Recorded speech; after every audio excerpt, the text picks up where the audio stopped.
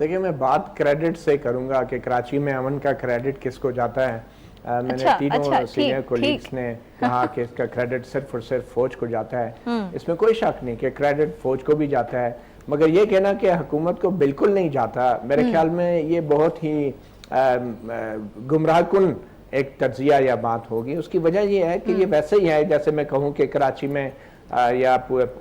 جو وزیرستان میں جتنے ہمارے فوجی حضرات شہید ہوئے ہیں, یہ کریڈٹ صرف ان کو جاتا ہے, اور جو زندہ رہ گئے ان کو بالکل نہیں جاتا, ان کا کوئی کریڈٹ نہیں ہے. اور یا پھر یہ کہوں کہ جتنے بھی ہمارے نوجوان جنگ لڑ رہے ہیں, جو حوالدار ہیں یا صوبیدار کے لیول کے رینک ہیں یا سپاہی لوگ ہیں جو کراچی میں رینجرز میں امن و امان قائم کر رہے ہیں, یہ کریڈٹ صرف ان کو جاتا ہے, اور میجر تک کے رینک کو جاتا ہے, کرنل کو بالکل نہیں جاتا ہے, بریگیڈیئر کو نہیں جاتا ہے, جنرل کو نہیں جاتا. یہ کیا مذاق ہے؟ فوج ہوتی ہے, فوج یہ ماتحت ادارے جو ہیں یہ کسی کے ماتحت ہوتے ہیں, کسی کی حکومت کے ماتحت ہوتے ہیں. حکومت کی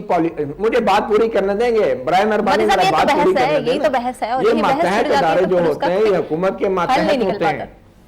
ٹھیک ہے, اور یہ جو حکومت جو پالیسیاں بناتی ہے یہ اس پہ عمل درآمد کرتے ہیں, اور حکومت کو کریڈٹ بالکل جاتا ہے. اور اگر آپ کریڈٹ لے ہی رہے ہیں تو میں تو یہ کہوں گا کہ یہ جو ابھی کراچی میں الیکشنز ہوئے ہیں اور جس طرح پی ٹی آئی کو جتایا گیا ہے, اس کا کریڈٹ بھی پھر ان رینجرز کو جاتا ہے, ان قانون نافذ کرنے والے اداروں کو جاتا ہے. اور جو ایم کیو ایم اور بی این پی مینگل کی آپ بات کر رہے ہیں مطالبات کی, میں بالکل راشد صاحب نے بات کی کہ یہ سیاستدان تو جھوٹے وعدے قسمیں کرتے رہتے ہیں,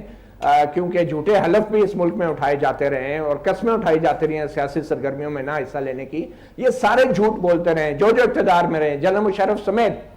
تو بی این پی مینگل کی جو لاپتہ افراد والا معاملہ ہے, بخاری صاحب اور شعیب صاحب نے ایک کیٹیگری نہیں بتائی,